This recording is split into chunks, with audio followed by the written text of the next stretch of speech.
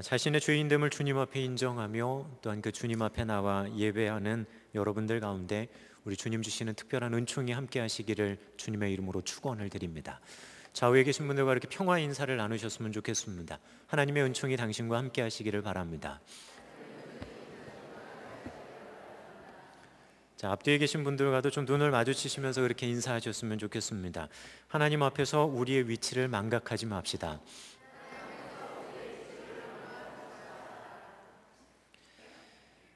신앙의 여정의 출발점을 가만히 들여다보게 되어지면 하나님이 필요합니다라고 하는 그 고백 가운데 우리의 신앙의 여정이 출발할 때가 참 많이 있습니다. 하나님이 필요하다라고 하는 그 필요를 느끼지 못하면 주님을 찾으려고 하는 그 어떤 의지도 우리들 속에서 생겨나지 않게 된다는 겁니다. 근데 주님이 필요한 것을 우리가 느끼게 되어질 때가 언제냐 하면 바로 자신의 부족함과 자신의 연약함을 우리가 온전히 인식하게 될 때, 특별히 우리의 죄인됨을 우리들 스스로 고백해야 할 때 우리는 그때 주님을 온전히 찾고 주님 와 주십시오라고 하는 고백을 할 수 있게 된다라고 하는 사실입니다. 거기서 출발되어진 여정, 처음에는 겸손한 마음으로 그 길을 걸어갑니다. 하지만 걸어가는 그 여정들 가운데 하나님이 베풀어 주신 은혜도 경험하게 되고 주님께서 개인적으로 주시는 특별한 신비한 부분들도 체험하는 경우들도 종종 보게 됩니다. 그런데 그러다가 우리들의 마음이 조금씩 바뀌어져 가기를 시작을 합니다. 예전에 하나님이 필요합니다, 주님 안 계시면 안 됩니다라고 하는 그 간절한 마음이 어느 순간 점점 없어져 가게 되어지고, 그리고 이미 자신이 하고 있는 그 일들 가운데서 마치 본인이 무엇인가를 이루고 이만하면 됐지라고 하는 자기 만족에 이렇게 빠지고 가만히 머물러 있는 모습들을 저희가 참 많이 보게 되기 때문입니다. 그런데 신앙의 여정에서는 어쩌면 그런 자기 만족이 우리들 속에 찾아올 때 우리는 이미 거기서 신앙의 모든 여정이 중지되고 그냥 정체되어져 있는 모습들을 참 많이 보게 됩니다.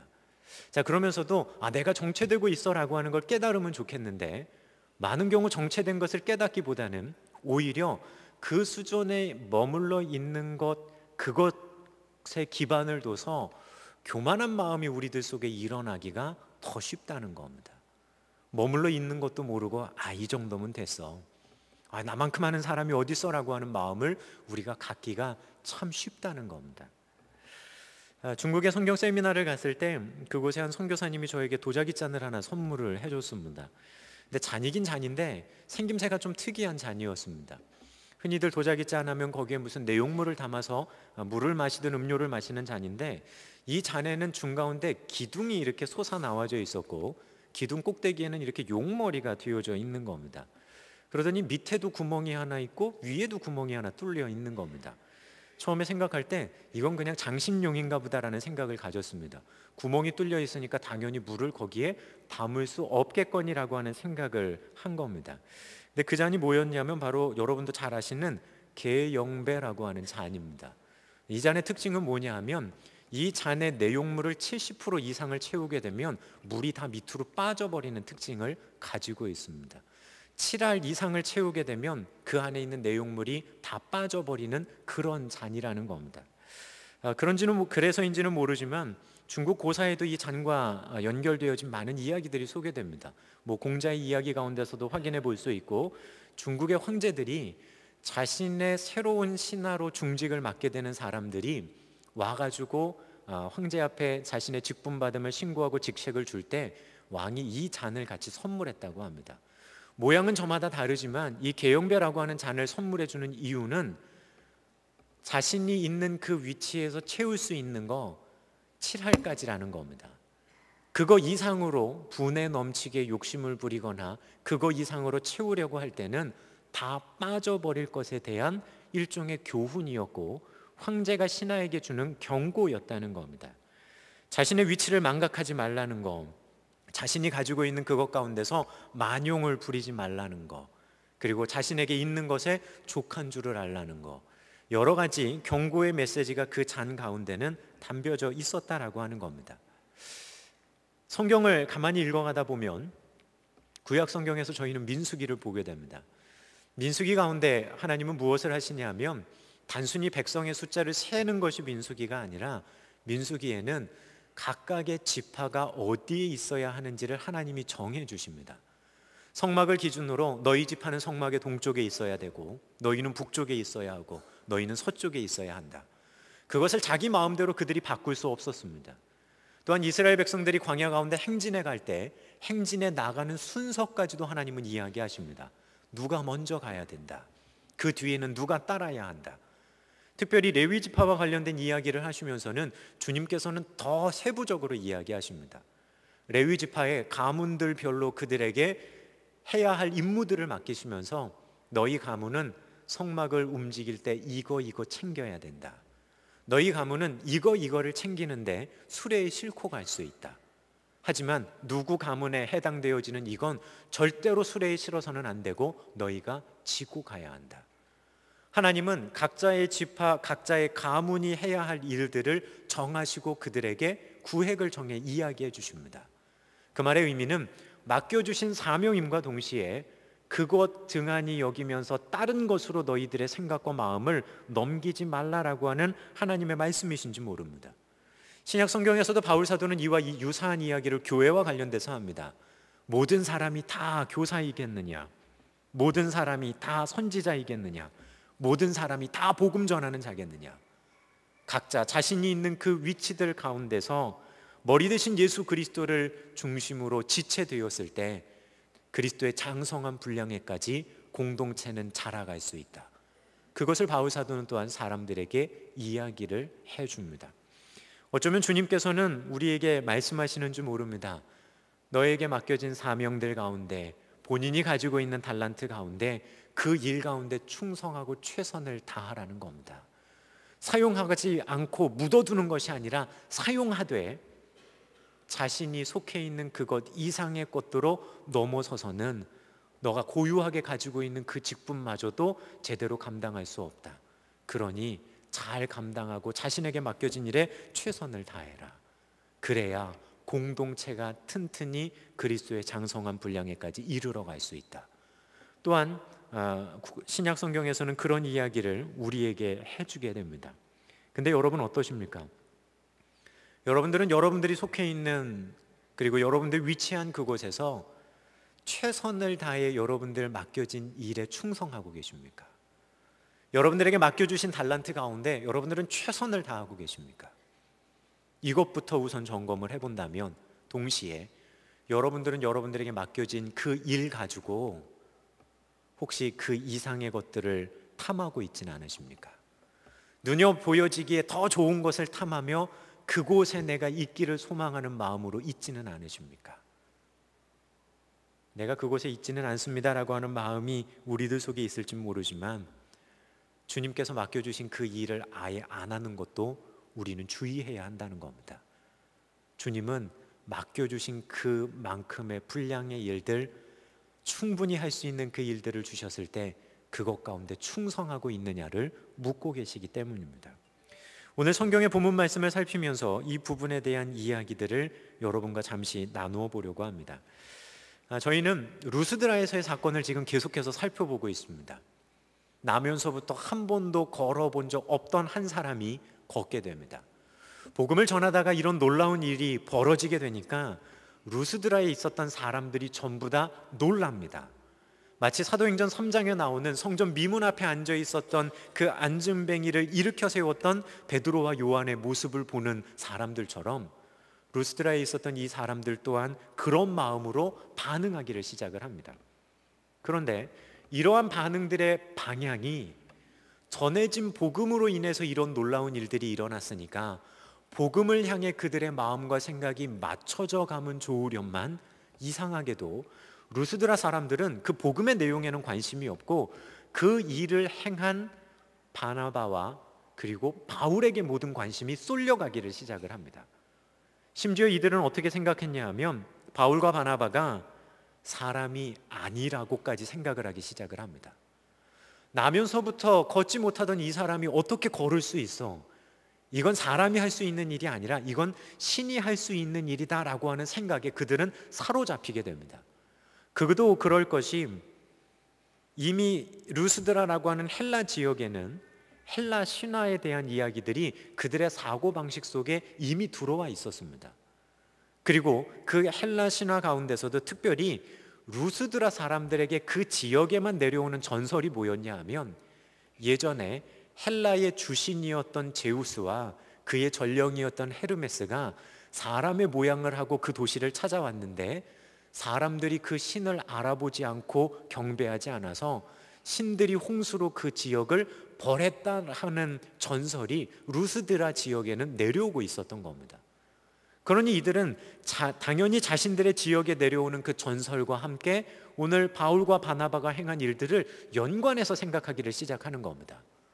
사람으로는 도저히 할 수 없는 일이 지금 보여졌고, 그리고 지금 신의 현현으로 보여지는 두 사람이 와 있는데, 저 두 사람을 우리가 알아보지 못하고 저 두 사람을 경배하지 않으면 다시 신들이 우리에게 놓여와서 다시 벌을 내릴지도 모른다라고 하는 두려운 마음이 이 루스드라 안에 있는 헬라 사람들의 마음을 사로잡기를 시작하는 겁니다.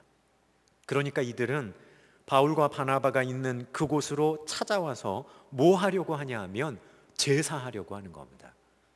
단순히 놀라운 일 때문에 야 신인가 보다가 아니라 그 지역을 사로잡고 있었던 헬라 신화의 이야기가 또한 그들의 생각과 사고방식을 그렇게 붙잡아 매고 있었다는 겁니다. 그들은 자신들이 할 수 있는 일들을 행합니다. 그러면서도 너무나 분명하게 생각하는 겁니다. 되어진 일이 사람으로선 할 수 없는 일이고, 가만히 상황을 보아하니까 한 사람은 근엄하게 서 있고 한 사람은 앞에서 무엇인가 얘기하는 겁니다.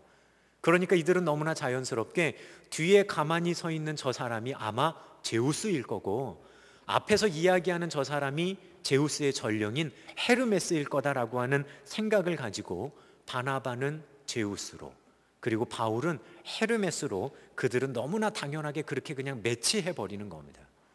신화에 나오는 수많은 신들 가운데 누굴까를 생각해 볼 필요도 없이 이들은 자신의 지역에 내려오는 전설대로 그냥 그렇게 사람을 보고 있는 겁니다. 실제로 그도 그럴 것이, 겉으로 보여지는 모습에 있어서도 바울 사도의 외모는 그들이 생각하는 헬라 신화의 주신인 제우스의 모습하고는 거리가 멀었기 때문입니다. 2세기의 익명의 기록자가 바울 행전을 기록합니다. 그때 바울의 외모를 표현하는데 이렇게 표현을 해놨습니다. 바울은 작은 키에 대머리였고 안짱다리였고 붙은 눈썹에 매부리 코였다라고 묘사하고 있습니다. 한마디로 말해서 못생겨도 한참 못생긴 사람이 바로 바울이었다는 겁니다. 그러다 보니까 어떡할까요? 당연히 못생긴 이 사람 앞에서 떠드는 이 사람이 제우스일 리는 없고 저 뒤에 있는 사람 앞에 서서 전령으로 얘기하는 헤르메스일 거다. 그들의 판단이었다는 겁니다. 바울과 바나바를 판단하고 있는 그 기준의 틀은 뭐였냐 하면 신앙의 틀이 아니라 자신들을 사로잡고 있는 신화의 틀을 가지고 그 두 사람을 지금 판단해 보는 겁니다. 그러면서도 속에는 두려움이 있습니다. 신들의 현현 앞에서 그 신들에게 잘못 보였다가 혹시 우리가 다시 벌받지는 않을까 하는 두려움에 그들은 찾아와서 제사를 지냅니다. 근데 이 제사 가운데 사람들 몇 명이 온 것이 아니라 성 밖에 있는 제우스 신전의 사제들까지 다 동원됩니다. 바꿔 말하면 그 도시에 있는 모든 사람들이 바울과 바나바를 보면서 제우스와 헤르메스가 사람의 모습으로 현현했다라고 하는 그 생각을 모두 다 공유하고 와서 제사하려고 하고 있었던 겁니다. 상황이 이렇게 벌어지면 여러분들이 바울과 바나바라면 어떻게 생각하시겠습니까? 좀 전략적으로 생각해서 우리를 이렇게 떠받드는 사람들을 좀 잘 구슬릴 수만 있다면 오히려 선교에 좋지는 않을까라고 하는 그런 생각도 해봄직합니다. 근데 오히려 바울과 바나바는 이 상황을 어떻게 극복하고 있냐 하면 그들은 오히려 뛰쳐나가 그 사람들에게 이렇게 이야기합니다. 여러분과 같은 성정을 가진 사람입니다. 신들로 생각하고 찾아왔는데 그 사람들이 뛰어나와서 뭐라고 얘기하냐면 우리가 당신들과 다르지 않은 사람입니다라고 이야기하는 겁니다. 아마 이들도 당황했을 겁니다. 당연히 신이겠지라고 생각하고 와가지고 예배하고 제사하려고 하는데 그들이 뛰어나와서 옷을 찢으며 얘기하는 겁니다. 우리도 당신들과 다르지 않은 바로 그 사람입니다. 자신들에게서 그런 능력이 나온 것이 아니라 그들의 전한 그 복음의 능력이 있음을 바울과 바나바는 그렇게 이야기하려고 했는지 모릅니다. 이것이 바로 바울과 바나바가 가지고 있었던 하나님이 베푸시는 놀라운 기적들 속에서 사도로서 가졌던 그들의 정체성입니다. 놀라운 일을 행했다고 해서 그 일을 행하는 자신이 마치 그 일을 행하는 어떤 특별한 존재가 된 것인 양 얘기하는 것이 아니라 그들은 철저하게 하나님 앞에서는 우리는 여러분과 다르지 않은 그저 사람일 뿐입니다. 그것이 분명하게 사도들이 가지고 있었던 그들의 삶의 정체성입니다. 그래서인지는 모르지만 이 사람들, 우리말에 같은 성종으로 번역되어진 헬라어 단어 호모이오 파테스라고 하는 이 단어는 동일하다라고 하는 호모이오스라고 하는 단어와 뭐뭇을 겪다, 뭐뭇을 당한다라고 하는 뜻의 파코스라고 하는 단어가 합성되어진 말입니다. 그럼 문자 그대로 해석하면 뭐냐 하면 동일한 것을 겪는 이들이라는 뜻입니다. 여러분과 동일한 일들을 겪고 있는 사람입니다라고 하는 의미예요. 아마 이런 의미가 될 겁니다. 여러분들이 슬픔을 느끼는 것처럼 우리도 슬픔을 느낍니다. 여러분들이 때로는 기뻐하는 것처럼 우리도 기뻐합니다. 때로는 여러분들 속에 분냄이 일어나는 것처럼 우리도 그런 분냄이 우리들 속에서 일어납니다. 때로는 죄의 유혹 가운데 흔들리는 것처럼 우리도 죄의 유혹 가운데 동일하게 흔들리는, 여러분과 다르지 않은 우리도 사람입니다. 이것이 바로 이들이 가지고 있었던 분명한 자기 이해였습니다. 신앙생활을 해나가면서 우리는 하나님의 자녀로서 거듭납니다. 그리고 하나님의 자녀 먼저 되어진 우리, 그리고 우리들 신앙생활에 때로는 하나님이 신비한 개인적인 체험도 우리에게 더해 주십니다. 근데 그러한 일들 속에서 우리들 스스로가 어떤 착각에 빠지게 되냐 하면 저기 앉아있는 저 사람과는 내가 질적으로 완전히 다른 듯한 그런 마음이 어느 순간 우리를 찾아오기 시작을 합니다. 그러면서 복음을 전하면서도 마치 저 사람과 내가 질적으로 뭔가 다른 것처럼 그렇게 우위에서 뭔가를 얘기하려고 하는 자세, 그리고 내가 무엇인가 말씀에 대해서 가르치면서도 겸손하게 동일한 거 느끼고 동일한 유혹에 빠져 있고 동일한 죄 지면서도 마치 본인은 아닌 것처럼 하면서, 그러면서도 뭔가 다른 것처럼 하는 그러한 으쓱한 마음을 가지고 우리가 누군가를 대하거나 누군가에게 권면하고 있지는 않으십니까?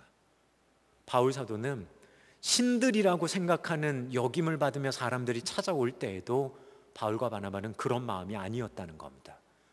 그들은 오히려 뛰쳐나가서 이야기합니다. 당신들과 동일한 사람입니다. 당신들과 동일한 사람입니다. 신앙의 여정을 걸어가는 우리들이 놓치지 말아야 될 우리들 스스로의 마음이 여기에 있습니다. 마치 내가 경험한 것 가지고 내가 천사라도 된 것처럼 느끼고 생각하는 것, 하나님이 나에게 베풀어 주신 은혜들, 때로는 주님의 사역을 해나감에 있어서 하나님이 베풀어 주시는 놀라운 일들 속에서 마치 내가 그 능력을 행한 것처럼 그런 마음에 사로잡히기 시작할 때 우리는 하나님께로 더 이상 가까이 가지 못하고 오히려 퇴보하는 모습을 보게 된다는 겁니다. 오늘 사도 바울은 고린도후서 15장 10절에서 이런 고백을 합니다.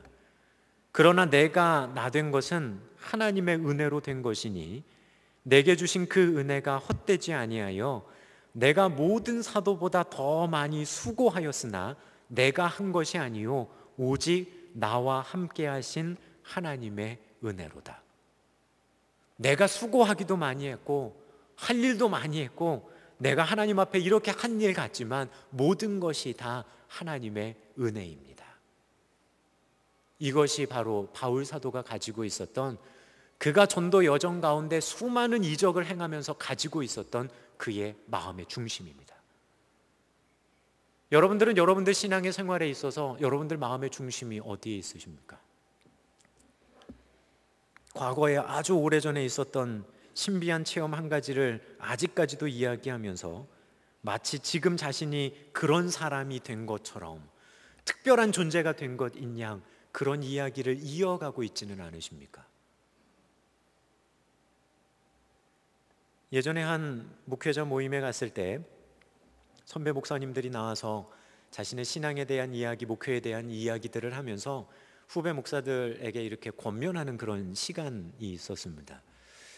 그때 뭐 유명한 목사님부터 여러 목사님들이 나와서 순서대로 돌아가면서 자신의 목회 사역에 있었던 이야기를 하고 그 가운데 있었던 하나님의 일들을 이야기하며 그리고 하나님이 자신에게 주셨던 은혜들을 나누는 그런 시간들을 이제 가졌습니다. 여러 목회자가 지나가고 한 목사님이 그 위에 올라가서 앞에 사람의 바톤을 이어서 이야기하시는 겁니다. 근데 이 목사님의 이야기는 굉장히 짧게 이렇게 끝났습니다. 저는 앞에 이야기하신 목사님들처럼 그런 신앙의 무용담은 없습니다. 저는 무용담은 없습니다. 하지만 제가 여기까지 오고 지금 이 자리에 서 있는 건 하나님의 은혜입니다. 짤막하게 그 말 한마디가 오히려 저에게는 더 분명하게 와 닿습니다.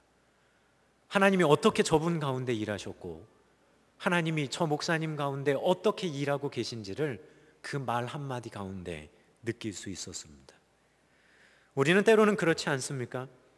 누군가 신앙의 특별한 일을 경험한 사람의 간증을 들을 때 이상하게도 말씀은 기억 안 나고 하나님이 하신 일은 기억 안 나고 그 사람이 이랬다더라라고 하는 것만 기억 남지 않으십니까? 그러니 그 사람 한번 데려다가 말씀 한번 들어보라고. 무슨 일이 있었는지 얘기한 것에 대해서는 기억이 없는데 사람만 남는 겁니다. 오늘 성경에서 사도 바울과 바나바는 철저하게 그러지 않기 위해 몸부림치는 겁니다. 자신들을 통해 일하고 계시지만 본인의 이름이 남는 것이 아니라 주님의 복음만 남아야 하기 때문에 이들은 철저하게 그런 자기 이해를 가지고 그걸 막아서기 위해서 스스로 옷을 찢으며 얘기하는 겁니다. 나도 여러분과 동일한 사람입니다. 사람들이 높이려고 하는 그 자리에서 스스로 낮아지고 그 밑에까지 낮아져서 저도 여러분과 별반 다르지 않은 죄인입니다. 바울 사도는 나중에 성도들에게 써보내는 서신 가운데 얘기합니다. 나는 죄인 중에 괴수입니다. 그것이 그의 평생에 복음 들고 가는 그의 정체성이었습니다. 그러니 주님만 남으실 수 있었던 겁니다. 그러니 주의 복음만 남을 수 있었던 겁니다. 신앙생활을 하며 우리를 통해 일하시는 하나님의 일하심을 경험할 때가 있습니다. 우리를 통해 보여주시는 하나님의 능력이 일어날 때도 있습니다. 또한 우리의 삶에 베풀어 주시는 하나님의 놀라운 행하심을 개인적으로 경험하기도 합니다. 또한 우리들이 하나님 주신 그 일들을 주변에 있는 이들이 보기도 합니다. 때로는 지극히 개인적인 신앙의 체험 가운데 우리는 나가기도 합니다. 이런 하나님의 은혜 앞에서 우리는 어떻게 반응해야 하겠습니까? 마치 그 놀라운 일이 마치 나에게서 시작된 것처럼 그렇게 착각하고 있지는 않으십니까? 그 사건의 주체가 마치 나인 것처럼 누군가에게 그렇게 얘기하고 있지는 않으십니까? 신앙의 간증이라는 명목으로 무엇인가를 이야기하면서도 하나님의 은혜를 얘기하는 것 같은데 실제로 그 주체의 자리에 은근슬쩍 자신을 끼워 넣으려고 하는 그런 유혹을 받고 있지는 않으십니까?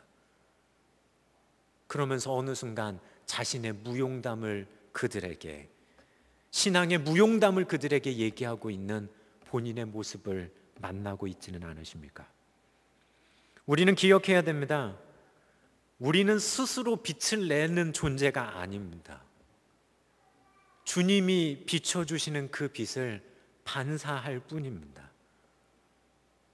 우리는 주님의 빛을 반사해서 세상 가운데 보여주는 사람이지 스스로 빛을 비추는 이들이 아닙니다. 그런데 우리가 마치 스스로 빛을 내는 것양 착각하고 우리의 본분을 망각하게 되어질 때 주님은 우리를 등경 위에 두지 않으실 겁니다. 하지만 내 안에 주신 주님의 빛을 겸손한 마음으로 그 빛만을 내려고 할 때 우리를 등경 위에 올려놓으시는 분은 바로 주님이시기 때문입니다. 그러니 우리는 우리들 스스로에게 늘상 이야기해야 됩니다. 여러분과 같은 성정을 가진 사람입니다. 내가 교회의 직분자니까 당신보다 뛰어납니다. 아닙니다. 내가 앞에 있는 리더니까 당신보다는 조금 뛰어날 것 같다, 스스로 그런 생각을 해서도 안 됩니다. 오히려 우리는 철저하게 저도 여러분과 별반 다르지 않습니다. 나도 물질 앞에 나약해지고 나의 가진 것 없음 때문에 하나님 앞에 원망하기도 하고, 때로는 나의 육신의 연약함 때문에 나도 울부짖어야 하고, 하나님이 내 기도 가운데 침묵하시는 듯한 상황을 만날 때 나도 괴로워하고, 나도 여러분과 다르지 않은 그런 사람입니다. 그런 마음으로 머물러 있어야 주의 은혜를 구할 수 있고 기다릴 수 있습니다. 근데 그 겸손한 마음이 없어지게 될 때 어느 순간 하나님의 도우심을 구하는 기도마저도 중단하기 시작합니다. 왜냐하면 나 정도 되는 사람이라면 그 자기 자랑의 교만이 우리들 속에 찾아 들어오기 때문입니다. 우리도 모르는 사이에 그런 마음 들어옵니다. 왜냐하면 이 유혹은 누구에게나 다 오는 유혹이기 때문입니다. 자기를 드러내고 싶어하고 인정받고 싶어하고 누구보다는 내가 좀 우위에 있는 듯한 그 우쭐한 마음에 그거 경험해 보려고 하는 거 누구나 다 예외 없는 그런 모습이기 때문입니다. 어쩌면 그런 유혹은 이미 아담과 하와를 유혹했던 그 뱀이 사용한 마음이었는지도 모릅니다. 하나님처럼 되려고 하는, 내가 누구보다 더 뛰어나려고 하는, 하나님의 모든 피조 세계에서 가장 뛰어냈던 사람이 그 위에 있으면서 만족하지 못하고 자신을 만드신 하나님처럼 되고자 했던 그 마음. 그러니 이 시대를 살아가는 우리들도 깨어 조심하지 않으면 언제 그런 마음에 우리들이 사로잡혀 갈지 모릅니다. 특별히 앞에서 누군가를 인도하며 누군가에게 신앙의 조언을 하고 있는 분들 계십니까? 되어지는 일의 성취를 보면서 마치 나 아니면 안 돼라고 하는 생각 하지 않을 수 있는 우리 신광의 성도님들 되시기를 부탁을 드립니다. 내가 아니어도 주님은 일하실 수 있다는 겁니다. 그럼에도 불구하고 나를 붙들고 계신 하나님의 은혜에 감격하며 그 일에 최선을 다하는 것이 하나님 앞에 우리가 가져야 될 마음의 모습입니다. 사용되어짐이 그저 감사할 뿐입니다. 그러니 주님의 일을 하면서 감사할 수 있는 겁니다.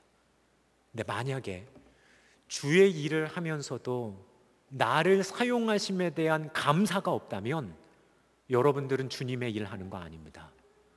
여러분 스스로의 일 하고 있는 겁니다. 그것도 내가 무엇인가 된 것인 양 얘기하며 일하고 있는 겁니다. 하지만 감사가 있다면 그것은 분명하게 여러분들 주님의 일 하고 있는 겁니다. 나를 붙들어 주신 그 은혜에 감사하는 마음이 있다면 우리는 자기 자랑이라고 하는 그 유혹 가운데서 한 발자국은 물러나 있는 모습일 겁니다. 또한 우리는 자신의 죄인됨에 대한 분명한 고백을 지속적으로 점검하며 주님 앞에 나가야 됩니다. 왜냐하면 완전한 사람 없습니다. 교회에 나와 일주일에 한 번 예배 드리지만 우리도 별반 다르지 않은 마음과 생각 가지고 있다는 거 우리들 스스로를 들여다보면 너무나 잘 압니다. 그럼 우리도 죄인이라는 거 깨닫게 됩니다. 그럼 하나님 앞에 우리가 어떤 마음을 가지고 나가겠습니까? 마치 내가 이 정도의 사람이 된 것냥 하는 뿌듯함, 으쓱한 마음이 아니라 주님, 저도 다르지 않은 죄인입니다라고 하는 그 겸손한 마음으로 주님 앞에 나가게 되어질 때 끝내는 그 가난한 우리의 마음 가운데 하나님의 은혜와 은총은 임하게 됩니다. 눈에 보여지는 성취들 속에서 마치 그것을 내가 한 것인 양 그 전면에 자신을 은근슬쩍 끼워 넣으려고 하는 그 유혹에서 이길 수 있는 신광의 성도님들 되시길 바랍니다. 오히려 나보다 연약한 사람들을 바라보면서 나도 저 사람과 다르지 않은 연약함이 항상 내 가운데 있다는 것을 볼 수 있는 지혜가, 그리고 그 가운데 주님의 오심과 돌보심에 대한 필요를 느끼며 주님을 구하며 기도하며 나가는 그 겸손한 모습이 바로 우리들 속에 있어야 하는 모습이기 때문입니다. 오늘 성경의 본문은 바로 자신의 그러한 모습을 분명하게 알고 있었던 두 사도가 사람들 앞에 그렇게 반응하며 자신에게 집중되어져 있는 시선을 주님께로 옮기려고 노력하는 모습을 우리는 만나게 됩니다. 사랑하는 신광의 성도 여러분, 우리의 신앙 생활에 찾아오는 유혹 가운데 한 가지가 바로 그 자기 자랑입니다. 순간적으로 그런 함정에 빠질 수도 있습니다. 자신을 스스로 파악하는, 스스로 PR하는 시대에 우리는 분명히 삽니다. 하지만 신앙생활에 있어서만큼은 자기 자랑은 있을 수 없습니다. 신앙생활에 있어서만큼은 하나님의 사랑에서 출발된 주님의 은혜를 고백하는 것만 있을 수 있습니다. 그것이 참다운 신앙인의 모습이고 그것이 우리들 가운데 있어야 될 분명한 신앙의 여정이 되기 때문입니다. 때로는 우쭐한 마음 들 때 있습니다. 사람의 인정에 목말라 할 때도 있습니다. 하지만 그 가운데서 나를 보는 것이 아니라 주님의 은혜를 사모하는 마음으로 더 분명하게 다가서는 여러분들 되셨으면 좋겠습니다. 자기 자랑이 아닌 하나님의 은혜 안에서, 그리고 주님의 도우심을 간절히 바라며 나가게 될 때 우리 주님은 우리들 가운데 역사하시고 함께 하실 겁니다. 소망하기는 그런 마음 가지고 매 순간 감사함으로 주님 앞에 머무르며 새롭게 주시는 주님의 은총을 누리는 저와 여러분들 되기를 간절히 소망합니다. 기도하겠습니다.